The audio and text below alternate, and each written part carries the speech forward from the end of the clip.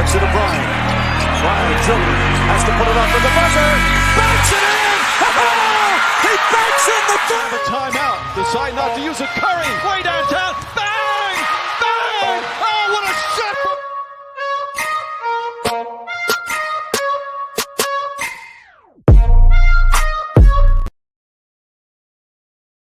from... What it do, everybody? Welcome to another episode of Scotty Talks NBA. Happy Thursday to you. No, it is not Wednesday. We are a day late here with the Scotty Talks NBA episode. Had to get my laptop fixed, my MacBook. If you've been watching Turf Talk, Sixers pregame, my MacBook been glitching out, freezing up in the middle of shows. So I didn't want to bring you some half-ass content. We want to get the full show in. I don't want to have to come back into the stream audience here. And so this is why we're coming a day late. But nonetheless, it's going to be the same routine, just a day later. Obviously, Thursday doesn't carry as much of a slate as the Wednesday shows usually do. But nonetheless, we'll get you Thursday night picks, Thursday night best bets.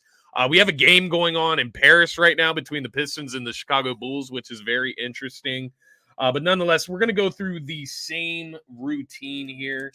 See, my pen is smudging on my page. Let me make sure we retrace everything here. There we go. Okay. So, as always, we're going to get into Wednesday night recap this time. So, we'll go over exactly what went down last night. As we know, there is a huge slate on Wednesdays. So, we're going to be recapping quite a few games. There was 9 games last night. On top of that, we'll obviously go through the updated power rankings as we do every single Wednesday here. Then I want to talk a little bit, or I should say a lot, about the Embiid and Harden two-man game. I had my man Sean Barnard. He was kind enough to share some statistics with me, the splits for Embiid when Harden is there on the court with him and when Harden is not. We're going to take a look at those and see exactly how good Harden has been, how much better he makes Embiid when he's on the court. And then obviously, just looking at what the Sixers have done of late to get themselves into the 3 seed in the Eastern Conference. Aside from that, I want to take a look over in the Western Conference because we have 2 teams that are on incredible win streaks right now, tied for the top of the Western Conference. I think Memphis is like one game short of played, basically. So not one less or one win short, just 1 game played short of the Denver Nuggets. Basically tied for first place right now in the Western Conference. Which team would you take to go to the NBA Finals right now if you had to choose? We're going to go through that. I'm going to make my choice between the 2. And then, as I mentioned, we'll finish out with Thursday predictions, best bets to end the show. All right. Before we get into all of that, have to do some housekeeping here, right? Make sure you're subscribing to that DSM YouTube channel. That is the key there. We are over 700 subscribers now. We are on our path to 1,000. Please help us get there any way you can. Share out the show. Tell your friends. Tell your family. Tune into DSM. If you like Philly sports content, if you like full spectrum sports content, DSM Media is the place for you. Be sure to hit that subscribe button. Turn the notifications on so you're notified every single time DSM Media goes live. And, of course, be sure to check out our sponsors over at Gents Barber Lounge. DSM Media is brought to you by Gents Barber Lounge. Check out one of the 2 great locations in Fishtown and Old City and book your appointment today. Gents owns the craft, and it shows, rated the #1 barbershop on Yelp in the Philadelphia area. Multiple award-winning barbers and being able to handle any style of cut, adult or kid. Let's take a brief look at some of Gents' work.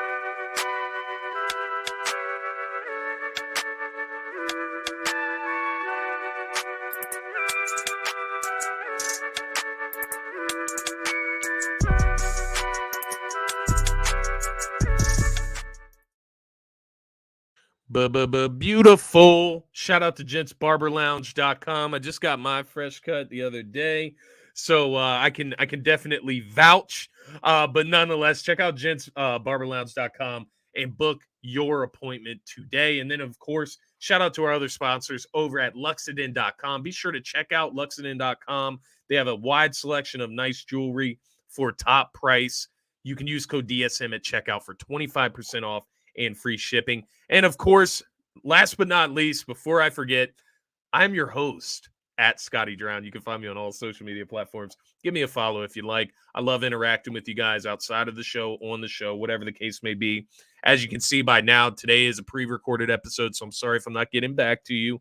But I will be back live next Wednesday. We'll be back on our regular schedule. Let's get into this, right? Let's dig into the meat of the show. We had 9 games on the slate last night, and we're going to start in Washington, D.C., right? So we're going to talk about the Washington Wizards who took on the New York Knicks. So Wednesday night's action. We had the Wizards coming away with a win, 116-105 over the New York Knicks.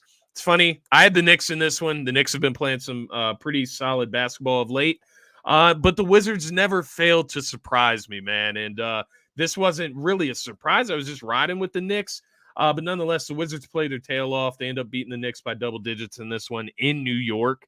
You had Jalen Brunson walking into the game. He had on his Hurts jersey. So I was rooting for you, Jalen. But he wasn't able to get it done. He did ball out, though. 32 points, 3 rebounds, 4 assists. Kyle Kuzma, one of the best players of last night, 27 points, 13 rebounds, 7 assists. And then Kristaps Porzingis, a little bit of a revenge game in Madison Square Garden. 22 points, 11 rebounds, 5 assists for KP. You had the 116-105 win for the Washington Wizards in the Madison Square Garden.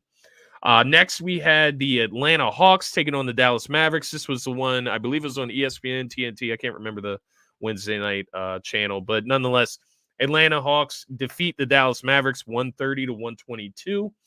This is one of the few games this season that we've actually gotten to see DeJounte Murray and Trae Young play together and have a good game, win a game right together. DeJounte Murray, impressive in this one, 30 points, 7 rebounds, 4 assists. The more impressive thing, 4 for 6 from the three-point line. It's good to see him taking strides with that jumper because that's probably the one thing that's missing from his game consistently. Trae Young in this game, 18 points, 12 assists. He's just not shooting the ball well this season for some reason. I don't know if it's an injury, whatever the case may be. He's not shooting the ball at his normal clip.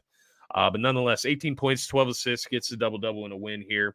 Luka Doncic, 30 points, 8 assists, 4 rebounds in this game. Always doing his thing. He had a couple guys out. Tim Hardaway Jr., his road dog there. Just weren't able to come away with the dub at home. It's disappointing because Dallas last week, they were in my power rank. They were in my top 10 power rankings. They've fallen off again. I love Luka, as I've told you guys, but just doesn't seem like this is translating into regular season wins, right? But we saw what they were able to do in the playoffs last year. So don't count them out. They got to make the playoffs first, though. The Western Conference is super tough. I want to see Dallas pick it back up very soon, or we may have to, have a little bit of an alarm session on the Dallas Mavericks here. Because where do you go next, right? You brought in Christian Wood. What resources do you have without totally diminishing your team? That's something that we'll get into when the time comes, right? Trade deadline is approaching, so maybe we'll get some big trades here in the coming weeks. The next game we have the Charlotte Hornets, 122-117 win over the Houston Rockets in Houston. We had LaMelo Ball in this one, ended up re-injuring his left ankle, finished with 13 points, 4 assists, 4 for 16 from the field, only played like 20 minutes in this game. So definitely want to see him get back healthy. He's an exciting player to watch. I just would like to see some better players around him, some more winning involved, but he's a fun player to watch nonetheless. Terry Rozier was a star for Charlotte in this one, 26 points, 6 assists, 3 for 12 from the field. Sengun, I'm sorry if I'm saying his name wrong. Sengun, 24 points, 6 assists, 12 rebounds in this game, so a double-double for him. He passes the ball very well, one of the better passing big men in the NBA there with 6 assists. And then Jalen Green with a monster night, 41 points, 7 assists, and 5 rebounds in this game. 41 points, very impressive from the young guy. We know he can score the hell out of the ball. It's just about starting to build those winning tendencies down there in Houston. But nonetheless, good win for Charlotte. Hopefully LaMelo Ball ends up okay. Not out too long with that re-injured left ankle. Next, we had a nice showdown between the Cleveland Cavaliers and the Memphis Grizzlies down in Memphis. This one came down to the wire. Memphis was trailing very late in this game. They were able to come away with a 115-114 win to keep their winning streak alive. I believe it's at 11 now, longest in the NBA. No Donovan Mitchell in this one, so it wasn't as fair as you would imagine. not the marquee matchup that you would like when you have a Darius Garland and a Donovan Mitchell going head-to-head with that Ja Morant-led Memphis Grizzlies team. But nonetheless, Cleveland hung in there. You had Darius Garland in this game, 24 points, 14 assists, 5 rebounds. Great game from him, double-double there. Karis LeVert filling in for Donovan Mitchell, 23 points, 6 assists, 4 rebounds. He was 4 for 7 from the three-point line. Great game from LeVert here, honestly. Love what he does when Donovan Mitchell, even when Donovan Mitchell just comes out of the game, Karis LeVert just packs a real scoring punch there. And fills the stat sheet too, 6 assists, 4 rebounds. Ja Morant, 24 points, 8 assists. Not his best night, but still a win is a win, and you'll take those numbers. Desmond Bane in this one was very impressive, 25 points, 4 rebounds, 4 assists, 5 for 8 from the three-point line. He's starting to get that stroke back since returning from injury. Nonetheless, good win for the Memphis Grizzlies, one of the hottest, if not the hottest team in the NBA right now. Next, we have the Miami Heat taking on the New Orleans Pelicans down in New Orleans. The Heat took care of this one handedly, 124-98. We have Bam Adebayo with 26 points, 8 rebounds, 11 for 15 from the field. Jimmy Butler, 18 points, 7 assists, 3 rebounds. We had CJ McCollum with 21 points, 4 assists, 5 from 9 from the three-point line. He is stroking the hell out of the three ball right now.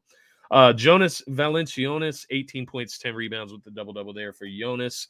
Moving on to the Pacers at the Oklahoma City Thunder. We had a 126-106 20-point lead, 20-point win, I should say, for the Oklahoma City Thunder. We had the rookie Nembhard with 18 points, 7 assists, 5 rebounds for the Pacers. Buddy Hield in this one. Only 3 points, 2 rebounds, 3 assists, 1 for 4 from the three-point line, 1 for 4 from the field in general. So not a great night for him. Not a great night for the Pacers all around, right?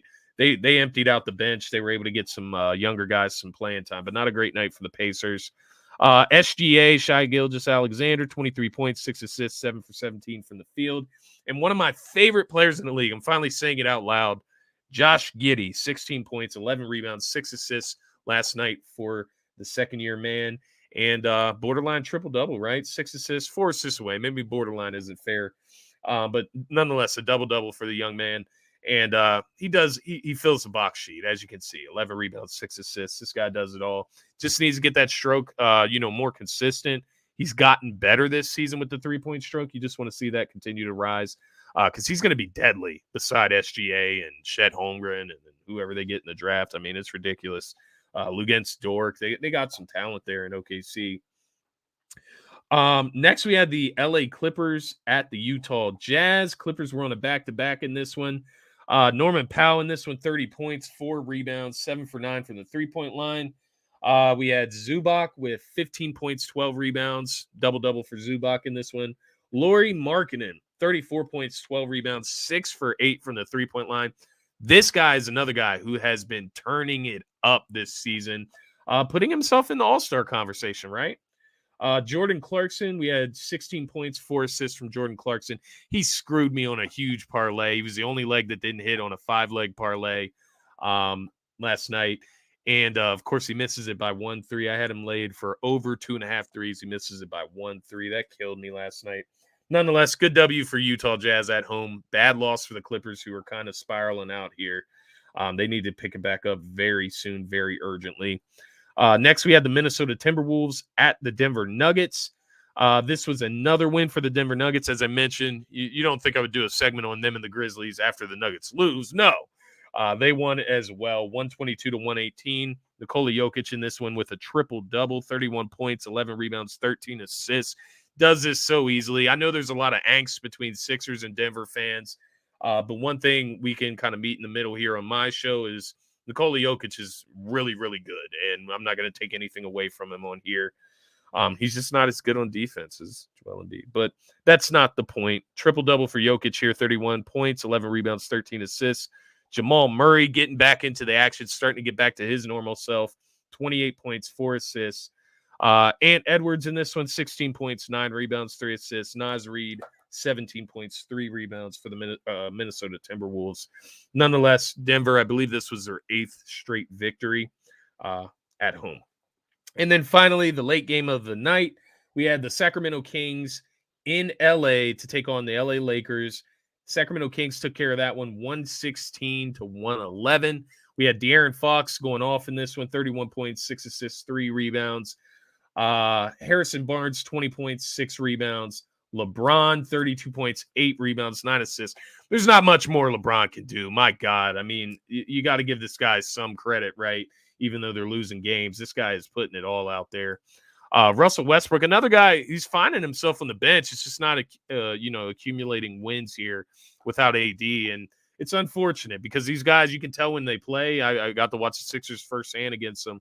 They play really hard. They play together. They just aren't that good, right? It's just not a great fit of players. Not great roster construction. But Russell Westbrook, 19 points, 7 rebounds, 5 assists in this one, packing the box score as he always does. So nonetheless, had 9 games last night. Wizards took the first one against the Knicks. We had the Hawks taking a win in Dallas. Charlotte getting a win in Houston. We had Cleveland taking a loss in Memphis. Miami grabbing a dub in New Orleans. Indiana losing in OKC. LA Clippers losing in Utah. Minnesota Timberwolves losing in Denver. And then Sacramento grabbing a dub on the road in LA. Nonetheless, great night of action there. New thing I want to do every Wednesday. Obviously, this is Thursday. We're a day late. It's going to be a new thing we'll do every Wednesday from now on. But the top 5 performers from the previous night, I want to kind of highlight them. I've talked about some of the numbers so far, but I'm going to give you an order of my perspective here. Number 5, I'm going to go with DeJounte Murray with the 30 points, 7 rebounds, 4 assists, 4 for 6 from the three-point line. Love to see a good win on the road for the Atlanta Hawks, who are trying to put something together here. They've won a string of games in a row. You finally got your backcourt together with Trae Young and DeJounte Murray, kind of how you wanted it all season. Let's just hope they can keep this thing going. But nonetheless, great performance from DeJounte Murray in this one. Coming in at number 4, I am going to go with LeBron James in the loss. I know, in the loss. Nonetheless, 32 points, 8 rebounds, 9 assists for the King. Even though it is a loss, he's still filling that box score. He's trying to will this team to wins. It's just not working out. But nonetheless, shout out to LeBron. Number 3, I'm going to go with Kyle Kuzma, who's approaching triple-double territory last night with 27 points, 13 rebounds, 7 assists. Kuz, he's a very valuable player that needs to get on a different team. Let's just be honest. Let's be very out front with this. Kuz needs to be on another team, a team that can win a championship because he can contribute thoroughly. Number 2, I'm going to go with Lauri Markkanen, 34 points, 12 rebounds, 6 for 8 from the three-point line. In a dub, as I mentioned, he's putting his name in that all-star conversation. You love to see that from the young player. And then number 1, you have to go with the Joker in Denver, right? Grabs the 8th dub in a row on top of a triple-double, right? 31 points, 11 rebounds, 13 assists. This ain't your 11-point triple-double that you get out of Ben Simmons. This is a 30-point triple-double. Got to give credit where it's due. Shout out to Jokic, best performer from the Wednesday night slate there. All right. So, as I mentioned, there was a lot of games. It's going to take up most of the show. I'm not going to lie to you guys today. The 9 games, that will do it when you have to go through all of those. But nonetheless, I'm happy to do it. Let's get into the updated power rankings. This is where I want to go to. So there you got it. My top 10 power rankings for this week. Let's start at the bottom. We got the New York Knicks. They're at 25-21. They've lost 2 in a row. They're 7-3 in their last 10. They're sitting at a plus 2.7 point differential. Obviously, the game last night was disappointing, I guess you could say, when you're talking about a Knicks team that needs to beat the teams that they're supposed to beat, right? And the Wizards would fall into that category. Nonetheless, I'm impressed with what the New York Knicks have been doing. Jalen Brunson has seen an uptick in his production. Seems like he's really starting to find his role. Julius Randle, his production's really up from last year when he kind of fell into a slump after his all-star season.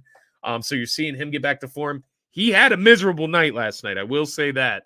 But nonetheless, he's getting there. He's been playing consistently outside of last night. Number 9, we're going to go with the Sacramento Kings. Give some props to the Kings. We're able to pull out the dub against the Lakers last night. They're 25-18 on the season.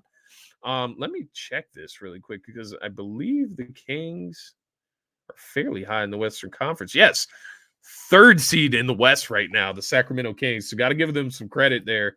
25-18 on the season. They've won 5 in a row. They're 7-3 in their last 10, +3 point differential in the season. Got to give some credit to the Kings. I want to see more. I need to see it more consistently. But nonetheless, they're putting together consistent wins out there in the Western Conference. Got to give them some credit. Maybe a team that we see rise up here in the coming weeks if teams like New Orleans come back down to earth. Brooklyn with no KD. You could see the Sacramento Kings jump those two teams specifically. Coming in at number 7, we have the Cleveland Cavaliers at 28-18. They have actually lost 1 in a row, so just that loss to the Grizzlies last night. They are 6-4 in their last 10. They're +4.5 in point differential. They dropped a little bit, obviously, because they've dropped in the Eastern Conference a little bit, obviously. The Cleveland Cavaliers are down at the 5th seed currently with that 28-18 record. But nonetheless, they're not far behind Brooklyn, Philly, Milwaukee. They're all in that same territory right now. So it's kind of pick your poison between those 4 teams. Coming in at number 6, speaking of Brooklyn, we have the Brooklyn Nets at 27-16. They've lost 3 in a row. They're 6-4 in their last 10, +3 point differential. You ask yourself, why are they at 6 when they've lost 3 in a row? They're only 6-4 in their last 10. No KD, right? The MVP candidate from their team, because they were at 2. You can't just drop them off the list just because of a few losses over the week. But we could see that team fall to 10, below 10, whatever the case may be. It's hard to say what that free fall is going to look like without KD over the coming weeks. But nonetheless, Brooklyn's still there at number 6. Hopefully get KD back closer towards the All-Star break. And this team will get back to normal. But I do want to see some things from this team, right? Can Ben Simmons step up? Can Kyrie Irving step up for this team? These are questions that rightfully need answered. Right now, we're kind of getting that answer with them losing 3 in a row. Kyrie not stepping up to the plate. Coming in at number 5, I think this is where it gets kind of testy. I think it's where it gets testy and very opinionated. Because some people would probably tell me I'm crazy for putting the Sixers over the Milwaukee Bucks. But let's look at it. The Milwaukee Bucks, 29-16 on the season. They've won 2 in a row, 6-4 in their last 10, a +1.3 point differential. They're the 2 seed currently, up on the Sixers by a half game.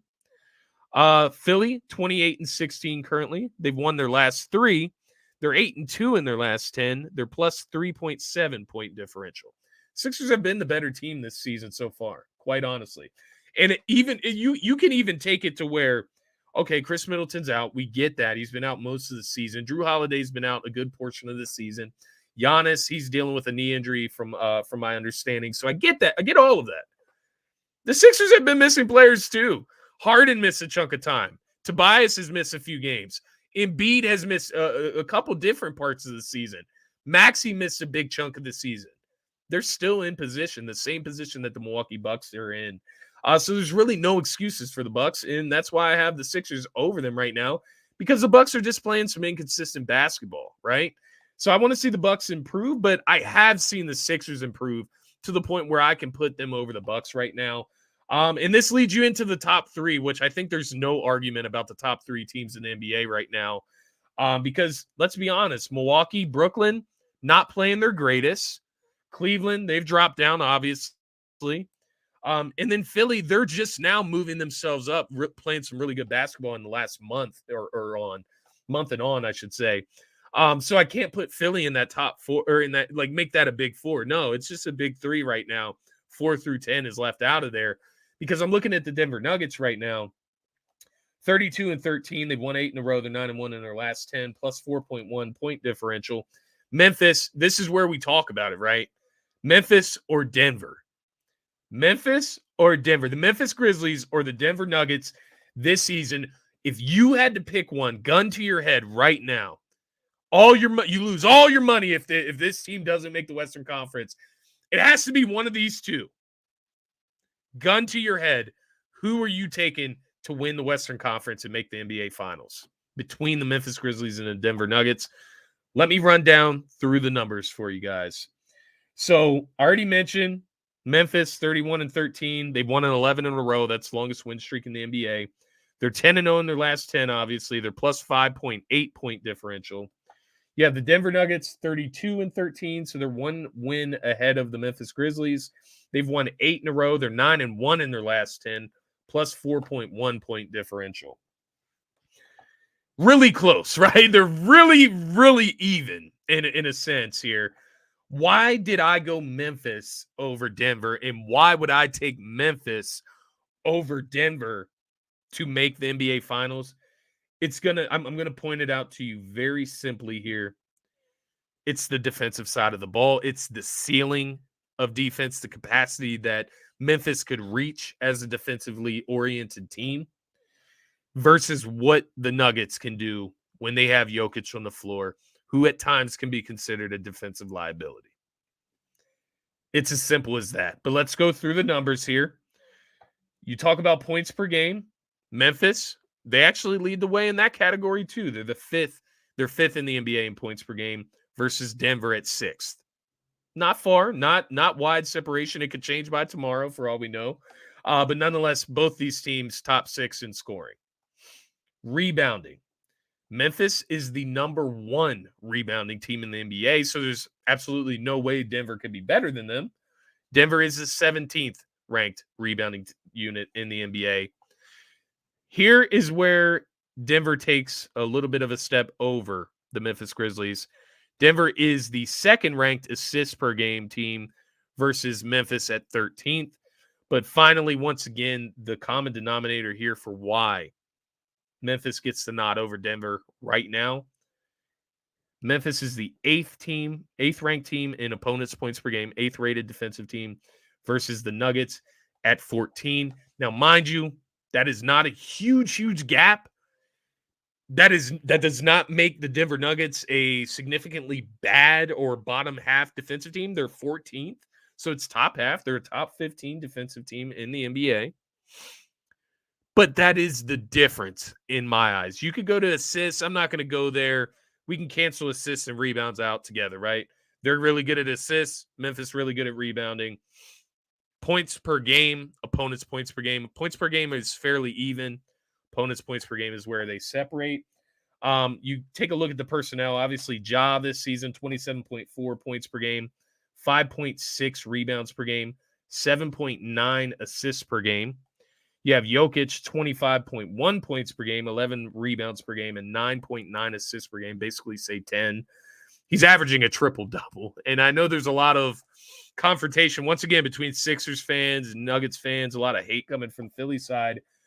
I feel it's not warranted. I feel like it's very unwarranted, the hate that Philly gives to Jokic, because Jokic is averaging a triple-double.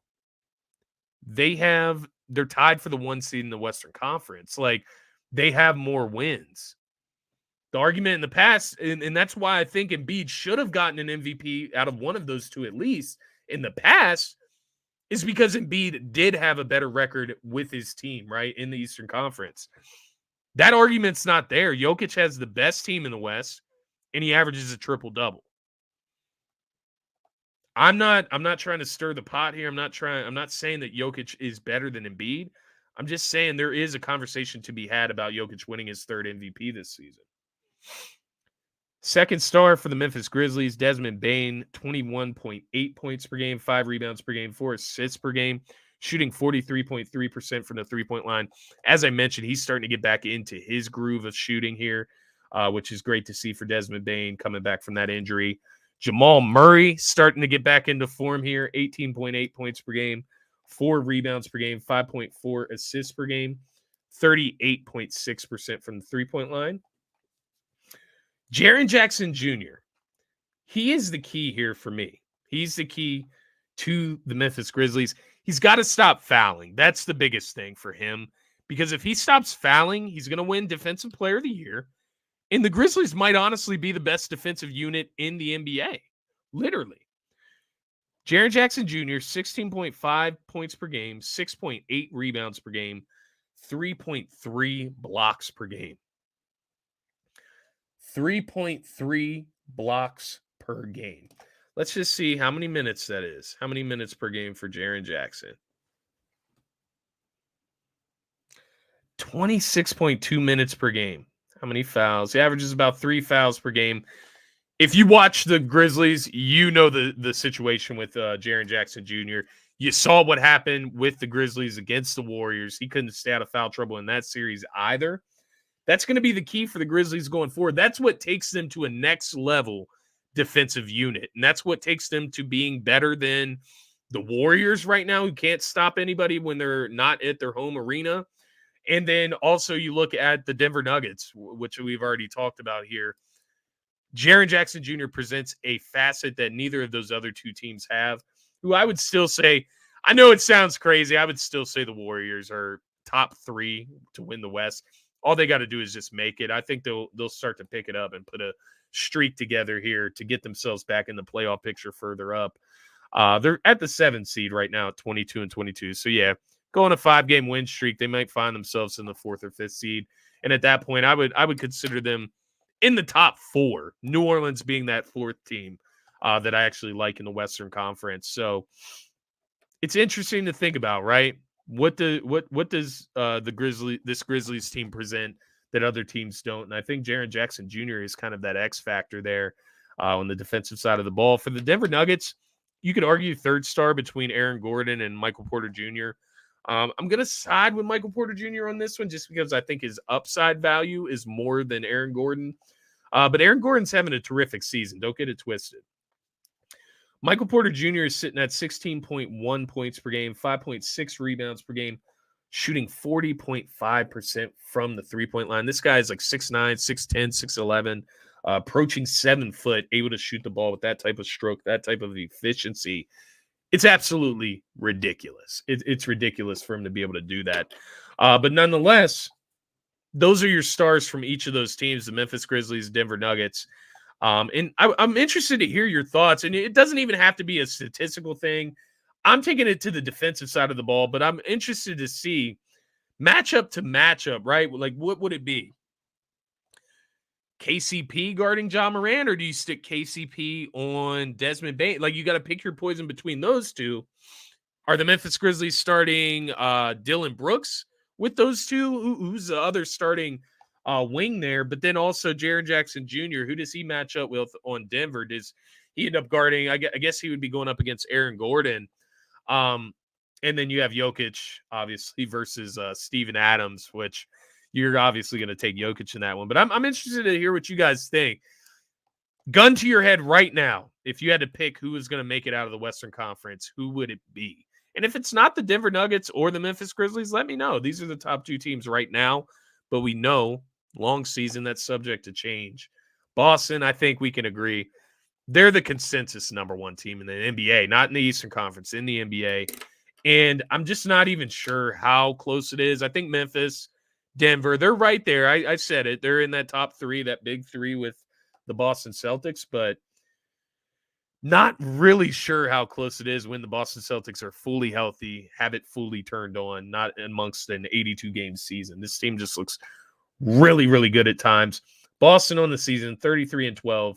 They've won 7 in a row, so just right behind the Denver Nuggets and the Memphis Grizzlies in that department. 8-2 in their last 10, plus 6.5 point differential, which leads the NBA. They're just a great team. I don't need to sit here and suck off the fucking Celtics. But they've been at this 1 seed for a reason for a long, long time this season, nonetheless. So moving on, those are your power rankings. Boston. Is anybody going to be able to take out Boston out of that 1 spot? They moved out of the 1 spot for like 1 week. I think I moved Milwaukee up there when Boston was struggling just minorly. And honestly, I shouldn't even have done it then. Boston is the best team in the NBA.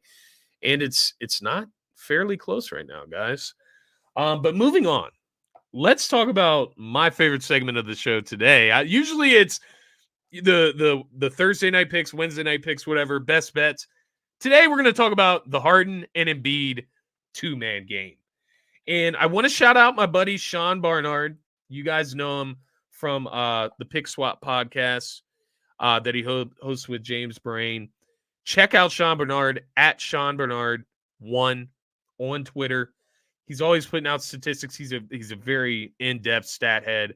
And that's why I love him. That's why I contacted him for this little nugget here regarding the Harden and Embiid splits. So what do Embiid's numbers look like with Harden in the lineup? What do they look like without Harden in the lineup?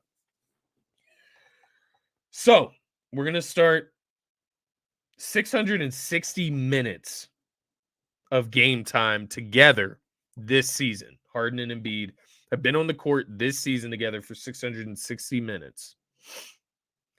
When on the court together, Joel Embiid and James Harden outscore their opponents by 9.7 points per 100 possessions. So line these possessions up 100 times in a row. They will outscore their opponents by 9.7 points. Last year, just to give a little bit of a comparison, last year in 693 minutes of game minutes played, they outscored opponents by 15.7 points. So in the regular season, when they first came together, mind you, that's other teams not having any type of film on those two playing together, them playing together for the first time, actually. They were doing much better things in a sense. They outscored opponents by 15.7 points per 100 possessions. In the playoffs last year, they had 333 minutes played together, and they outscored their opponents by just 5.5 points per 100. So kind of shows you things get locked up in the playoffs, things get more intense. It can definitely decrease the value there, but let's keep in mind, Embiid had that facial injury, came back from that in the Miami series, never really looked the same. Embiid's expected field goal percentage is actually 60% with James Harden, 51% without. These are the numbers where it starts to look crazy when it's without Harden, right? Embiid's true shooting percentage is 66.8% with Harden, 60.2% without. So drops by about 6-7% there. Embiid's points per 100 possessions is 50.7 with Harden, 44.3 without. So drops by about 6-7 points. Embiid's at rim shot frequency. This is the craziest part for me. Embiid's at rim shot frequency is 35.6% with Harden, 28.3% without. So obviously, Harden, facilitator, he gets Embiid in the right spots, gets the ball to him in the right spots, which is around the rim. And obviously, Embiid takes advantage of it. As you can see, scores more points, shoots more shots in the paint, more at the rim with Harden in the game. 2-point field goals made by assists for the Sixers is at 67.8% with Harden versus 46.1% without. That means a lot of those twos are coming unassisted, a lot of one-on-one when Harden is not with this unit. Embiid's three-point percentage is 43.1% with Harden on the floor, 25.5% without him. So two things here. Sixers fans always complain about Embiid not being in the paint, shooting too many threes. His shot frequency at the rim is higher when Harden is in the game. So we want Harden in the game for those reasons, right? Complain about him shooting too many threes. You can't complain when he's shooting 43.1% from the three-point line with Harden on the court. So two things there. No matter which part of the complaining side you're on, Harden makes you better in both. It doesn't matter. And then finally, Embiid's 2-point percentage is 59.2% with Harden, 53.6% without. So I wanted these numbers in front of my face. I wanted to present them. I wish I could present them in a better format. I know Sean will be putting them out there for you guys very soon if he hasn't already. So be sure to check out at Sean Barnard1 on Twitter.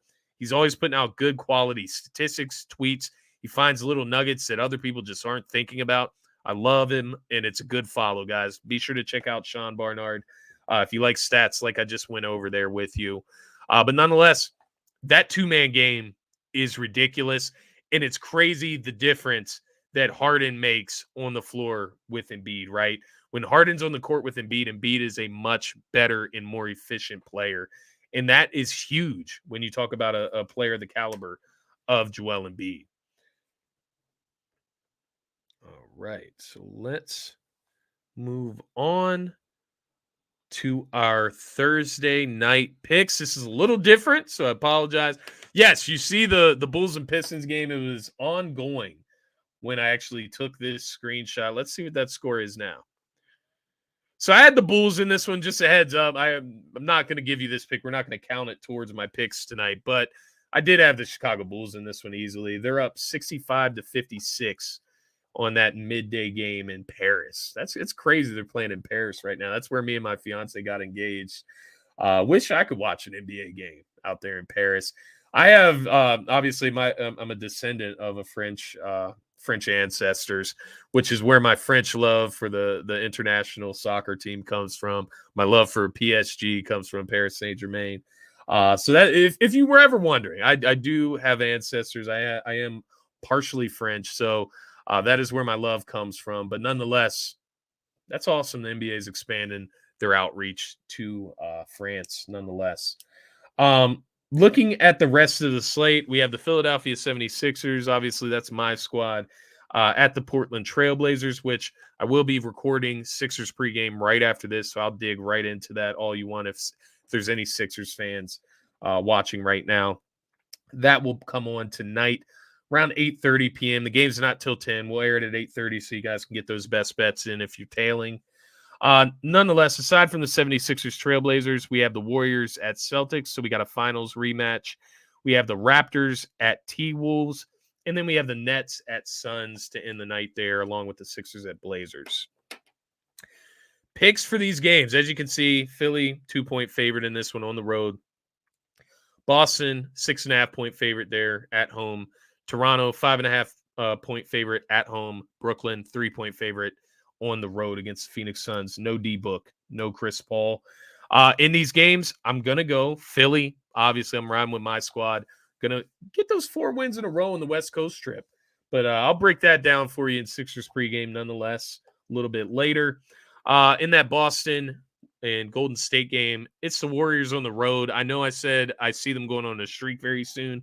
It isn't going to start against the best team in the NBA currently in the Boston Celtics. I'm going to go with the Celtics in that one at home. Finals rematch. You best believe Jason Tatum's going to give them a show tonight. Toronto Raptors at the Timberwolves. I'm going to go Raptors in this one. T-Wolves have just been very unimpressive this year. And obviously, you know, the situation with Gobert and Edwards, that stuff doesn't help. The cat injury doesn't help. And then finally to end the night, we have the Nets at the Phoenix Suns. I'm going with the Brooklyn Nets in this one. That Suns team is just depleted. And if they don't get guys back soon, it's going to get really bad for them. They'll end up missing the playoffs here shortly. So definitely they need to pick it up. They need to get healthy, but nonetheless, not tonight, not against the Nets. Nets on a little bit of a losing streak there. Lost 3 in a row. So they need to bounce back. Maybe Kyrie can put on a show tonight on the road in the West Coast. But nonetheless, I'll go with the Nets. So once again, went with the Bulls. Obviously, that game's in play already. It doesn't count. Went with the Sixers, went with the Celtics, went with the Raptors and the Nets to end the night there. Just a 4-game slate tonight, right? We had the 1 game being played at 3 p.m. today, and then we got our 4-game slate tonight to keep us entertained. Nonetheless, let's get into best bets for the night. And I do apologize, guys. No graphic for the best bets tonight, but nonetheless, we'll get them out to you anyways. So best bets for the night. Had a couple different options here. I was kind of in between on a few of them. Maxey threes, Tobias threes, Tatum rebounds, Tatum threes, Steph threes in that game. Scotty Barnes rebounds, Pascal Siakam rebound. So there's a lot of discussion and thought that went into this. But nonetheless, the 5 plays of the night that we're going to go with are Tobias Harris in that game against Portland over 1.5 threes. That is sitting at minus 108 currently. Now, if that changes, I'm sorry. Check FanDuel. That's where I got the odds from. But nonetheless, if that line moves by the time you're watching this tonight, I do apologize. This is a pre-recorded show. But to be clear, Tobias has hit that mark over 2 threes in 3 of his last 4 games. He averages 1.9 makes out of 5.1 attempts on the season. And I do just want to mention he also went through a streak earlier this season where he had hit that mark 8 times in a row. So I think he's starting to come around again, right? He went through a little bit of a slump, hit 2 threes the last game. He's hit that mark 3 out of his last 4 games. I expect Tobias to keep that consistent streak going. They're going to need it on the road tonight, late night game on the West Coast. Tobias has played a little bit of time over there, so he's used to it. He's going to get us 2 threes tonight, nonetheless. Next, we got Jason Tatum, over 8.5 rebounds. That is sitting at plus 104. Believe it or not, he's actually hit that mark in his last 4 games. He averages 8.3 rebounds on the season. It's a revenge game. You know he's going to be playing with a little bit more edge. I think that's going to cause him to just play a lot harder against the Warriors tonight. Come out with that do it all, do whatever it takes mentality. He will grab you 9 boards tonight. I like Jason Tatum over 8.5 rebounds at plus 104. In that same game, we have Steph Curry for over 4.5 threes at plus 112. I told you earlier in the season, if I see Steph Curry anywhere under 5 threes, Steph Curry plus money, I'm taking it every time, and that even goes for when he comes back from the injury. He's actually hit that mark 2 out of the 4 games since returning from the injury. He averages 4.9 makes out of 11.6 attempts per game on the season. So you're going to get your shot attempts as always. It's a big game against a really good team. They're going to need them. I expect Steph Curry to be locked in on the road tonight. Get us that over on the 4.5 threes at plus 112. Next, we have Scotty Barnes over 7.5 rebounds at minus 102. He's hit that mark in 2 of his last 3 games, and he actually averages 7.9 rebounds in the month of January. Raptors have been playing a lot better basketball. Maybe that has to do with keeping Scotty Barnes involved thoroughly in all aspects of the game. I think Scotty Barnes comes down, puts his head down tonight, and gets us those 8 rebounds, nonetheless, at minus 102. And then finally, against my better interests, I'm going to go with Ben Simmons over 7.5 rebounds tonight against the Phoenix Suns in a late game at minus 113. He has hit that he's hit that mark in both games without KD so far since the KD injury. Obviously, KD's not coming back till at least the All-Star break, if not after. So we're going to smash Ben Simmons over 7.5 rebounds at minus 113. Those are your 5 best bets. I'll go over them once again for you just because I don't have the graphic here. Tobias Harris over 1.5 threes tonight, minus 108. Jason Tatum over 8.5 rebounds at plus 104. Steph Curry over 4.5 threes at plus 112. Scotty Barnes over 7.5 rebounds at minus 102. And then Ben Simmons over 7.5 rebounds at minus 113. Those are your 5 best bets of the night. Let's cash some tickets. Guys, that is going to be it for this episode of Scotty Talks NBA. Once again, I do apologize for not getting to you guys at the regularly scheduled time of 5 p.m. on Wednesday evenings. We will be back to that regular scheduled time next week. I promise you. My MacBook was in the shop. I had to get it fixed. I was going through some freezing issues. Little did I know I just needed to clear some space. I'm an idiot. I'm not a tech whiz. I'm just a guy who loves sports. So bear with me nonetheless. I'll be back next Wednesday, normal time. We'll do our normal thing with Wednesday night picks, Tuesday night recap. But guys, have a great night. Let's cash some tickets and go Sixers.